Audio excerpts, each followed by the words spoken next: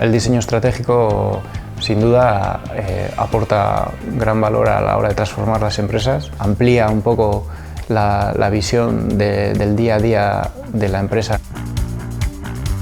Egia da, niretzako berria izan dudala eta ez duen espero diseinuak enpresen eraldaketako prozesu hortan hainbeste aportatu zezakenikan.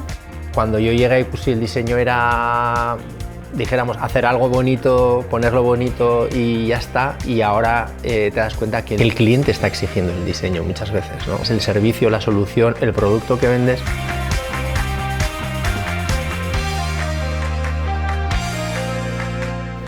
Lo que me llevo de la sesión que participa hoy es de algunas claves que a veces perdemos, ¿no?, en nuestro día a día. Metodo desberdinak ikustea, kontzeptu desberdinak ikustea, eta ikustea nola diseinua bea enpresen munduan nola aplikatu zitekenikan. El ver que en otras empresas de diferentes sectores los puntos de vista muchas veces son similares.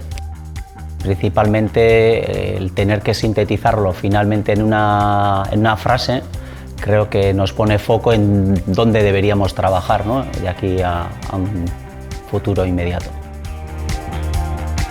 Inicialmente a veces intentamos hacerlo todo internamente y yo creo que un apoyo externo te ayuda también a llevar de una manera más fluida todo lo que es el proceso en sí, ¿no? Y desde luego nosotros ya lo practicamos, sin duda es algo que debe estar dentro de cualquier empresa como parte de su proceso de crecimiento o de evolución.